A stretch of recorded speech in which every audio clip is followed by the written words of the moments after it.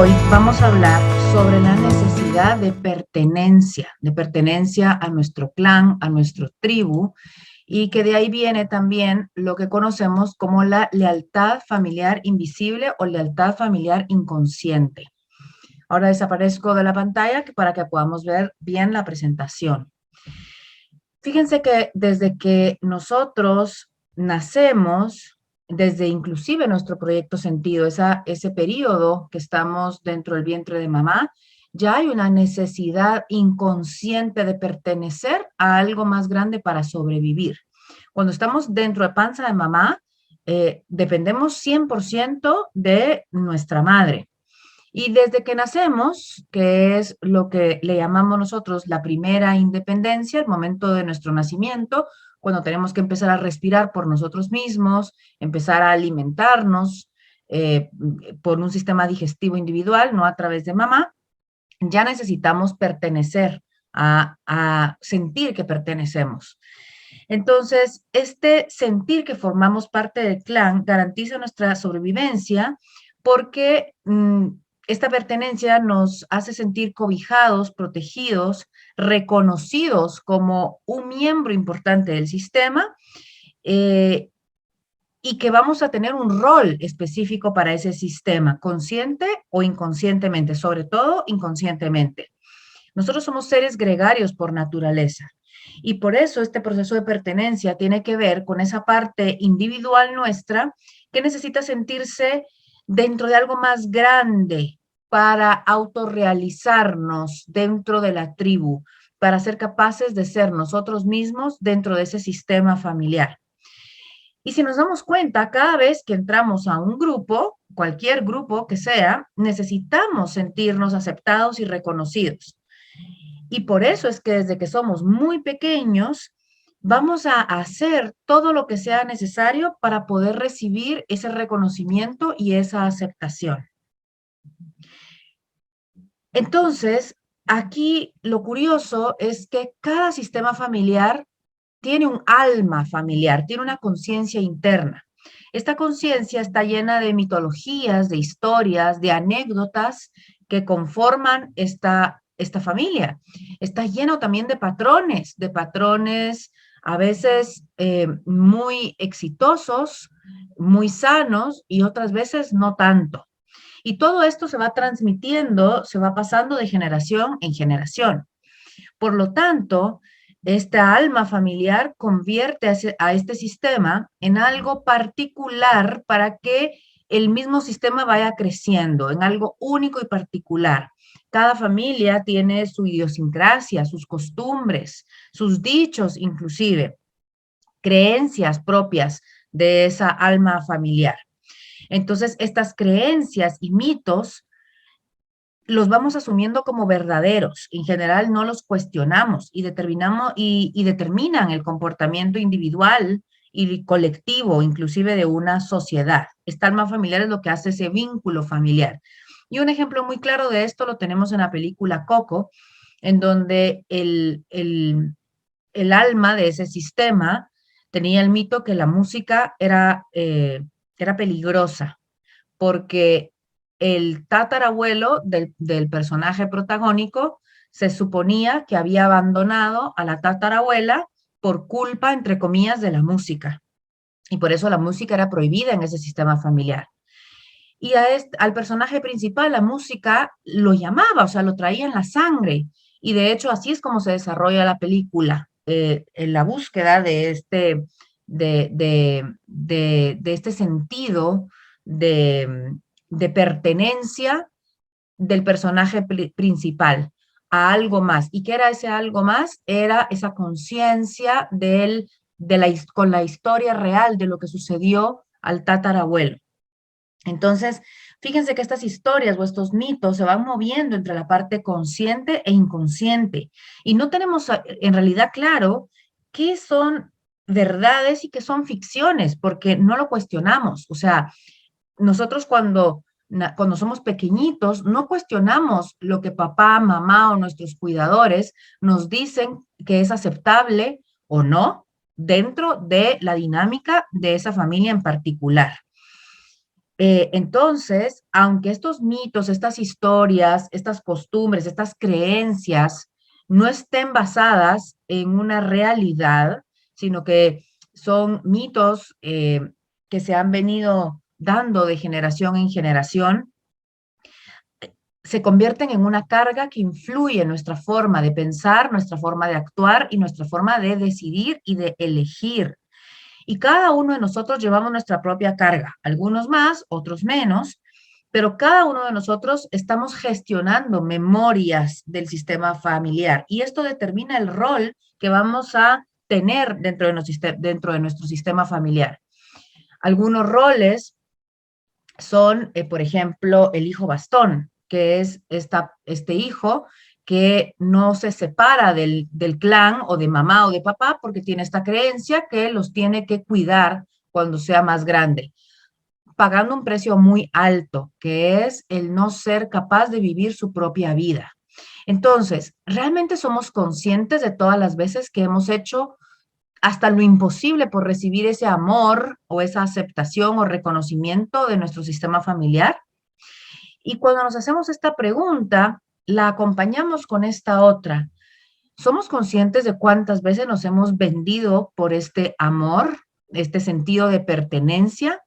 A veces creemos que nosotros debemos sostener el clan familiar, inclusive aún a costa de nuestras necesidades personales, como esto que les compartía del hijo bastón o de ser el pilar de la familia, y son estas personas que están siempre al servicio del sistema familiar, y el sistema familiar además les usa como ese pilar en donde recargarse, al punto que a veces estas personas pueden sentirse agotadas porque es como que siempre tienen que estar de guardia las 24 horas del día, los 7 días de la semana, al servicio del sistema familiar, e inclusive pueden llegar a padecer enfermedades de columna vertebral, por ejemplo, la columna es nuestro pilar, es lo que nos mantiene erguidos, o otra sintomatología como el sobrepeso. Para cargar al sistema familiar necesito hacerme grande.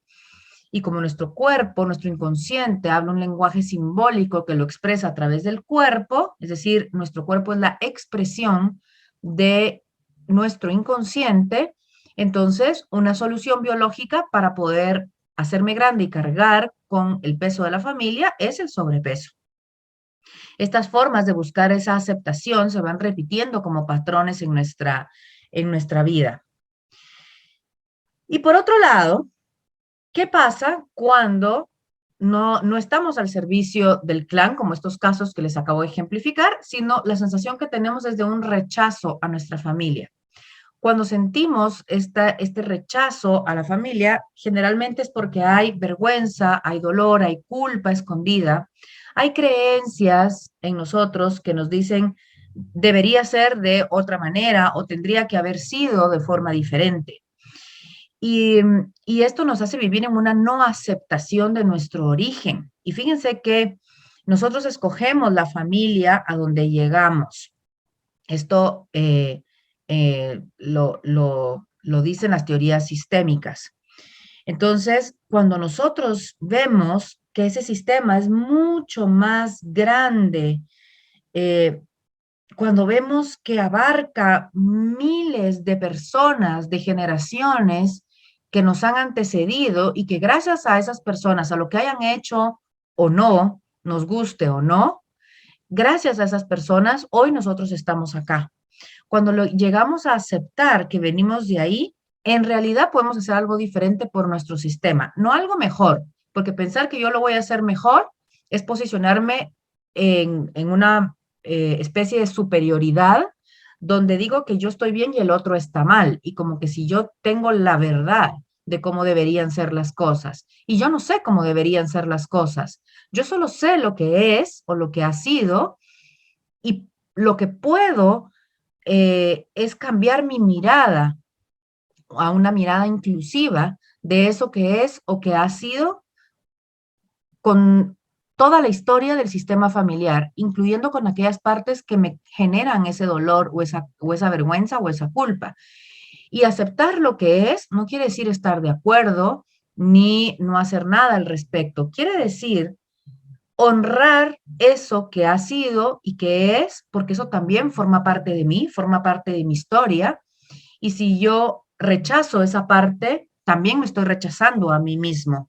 Entonces es hacer un pacto conmigo mismo en una comprensión profunda de saber, sentir, pensar y creer que lo hicieron como pudieron y que para que yo pueda salir de este patrón repetitivo que estoy somatizando, ya sea como una enfermedad o un síntoma físico o como un comportamiento o como una enfermedad mental o como una relación tóxica conmigo mismo o con otras personas, lo primero que necesito hacer es aceptar eso que fue, eso que ha sido y lo que cada quien hizo, porque cada quien ha hecho lo mejor que ha podido con las herramientas que tuvo en ese momento. Y fijémonos que a veces nuestros ancestros no tuvieron las herramientas que necesitaban para poder haber elegido de forma diferente. Y por otro lado, ¿qué pasa con las familias en donde todo aparentemente va bien, donde no hay conflictos? Generalmente en estas familias hay mucha culpa escondida, hay secretos, hay no dichos, hay mucha vergüenza también. Y esto empieza a pesar en el alma familiar. ¿Por qué se esconde? Porque hay secretos, porque lo que se quiere evitar es el juicio externo, evitar ser juzgado desde el exterior por alguien más.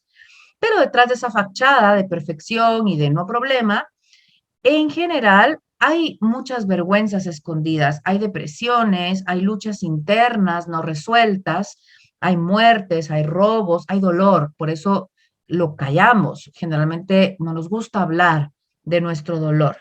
Entonces, todo lo que se excluye al final del día se incluye en ese silencio que acaba haciendo daño y tarde o temprano va a salir a la luz.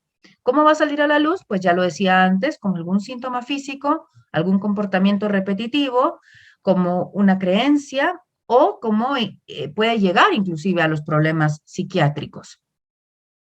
Entonces, desde la mirada sistémica, la gran labor es la reconciliación con el sistema familiar. ¿Y qué implica esta reconciliación? Darle a cada uno el lugar que le corresponde, sabiendo que nadie es mejor y nadie es peor. Cada quien tiene un lugar dentro del sistema, todos pertenecen, también aquel abuelo alcohólico o aquel tío abusador o aquella madre que abandonó a los hijos, todos pertenecen. Y empezarles a ver desde un lugar de fuerza interior con mucha compasión y comprensión, mirarles desde un lugar de amor hacia nosotros mismos. Si nosotros cambiamos nuestra mirada hacia ellos y dejamos de excluirles, rechazarles, juzgarles por todo lo que nosotros creemos que debieron haber hecho diferente, estamos reconociéndoles y reconociéndonos totalmente. Y por lo tanto, esto es empezar a aceptarnos incondicionalmente, no solo las partes que me gustan, sino todo. Y esto es empezar a amarnos realmente. Comprender que lo que han vivido es lo mejor que pudo ser en ese momento, por las circunstancias, por la ignorancia quizás, por sus propios dolores. Detrás de un abusador probablemente hay un niño abusado, que ese abusador fue abusado, o detrás de una madre hipercrítica, una madre tóxica, hay una niña que clamaba por reconocimiento y aceptación y nunca lo obtuvo. Es decir, aprender a ver que detrás de cada comportamiento del otro que nos hiere o nos hace daño, también hay dolor. Entonces, aquí está la gran oportunidad de hacer un trabajo interior para poder apartarnos de lo que nos hace daño, pero en plena conciencia que aunque eso me hace daño, también forma parte de mí. Es decir, sin rechazarlo, sanarlo, abrazarlo para poderlo sanar. Saber que las personas que nos han hecho daño también forman parte de nuestro aprendizaje en este misterio del cambio de conciencia y ellas también pertenecen, porque eso que hicieron, aunque nos haya hecho daño, era parte de ese plan pedagógico universal que llamamos nuestro destino, de lo que hemos venido a aprender. Y claro que podemos cambiar el mito familiar, ese relato, para poderlo ver de forma diferente. Podemos cambiar las creencias, lo que hemos tenido por cierto, que no necesariamente lo es. Y podemos hacer entonces nuestro propio viaje del héroe, empezando con esa reconciliación de nuestra alma individual o de nuestro inconsciente individual con esa alma familiar o con ese inconsciente familiar. Y claro, tengamos claro que cuando hay un intento de cambio de alguna persona del sistema, eso no le gusta al sistema porque le genera un desequilibrio. Entonces, cuando empezamos nosotros a hacer las cosas diferentes, generalmente hay una resistencia del sistema y a estas personas se les llama las ovejas negras o los chivos expiatorios. Por ejemplo, una mujer que se le ha etiquetado de muy rebelde, quizás está rompiendo con el mito familiar que las mujeres deben permanecer en casa para cuidar a los hijos y que es el hombre el que tiene el poder dentro de la dinámica familiar. Entonces, cuando una de las mujeres del sistema empieza a querer romper con este patrón, se le empieza a criticar, se le empieza a tachar de, bueno, rebelde, rara, irreverente, porque no se acopla a ese mito familiar y busca romper el patrón. Entonces, el chivo expiatorio empieza a sentirse excluido, empieza a sentir que no pertenece a un lugar, como que viviera en una irrealidad que tiene que ver con estar fuera de sí mismo o empieza a disociarse. Es importante conectar con el cuerpo físico y dejarnos sentir dolor. Darnos cuenta que si hemos estado siendo ese chivo expiatorio o esa oveja negra, quizás hay dolor que no se ha sabido gestionar de forma eficiente, de forma sana en el sistema y que nosotros a través de esa búsqueda de romper o de salir del patrón, estamos intentando resolver o sanar ese dolor y ese dolor también pertenece al sistema. Entonces, cuando se carga de responsabilidad a un miembro de la familia, generalmente todos los demás están tranquilos, porque es uno el que lleva, una persona del sistema, el que lleva esa carga, es el chivo expiatorio. También a veces son los considerados los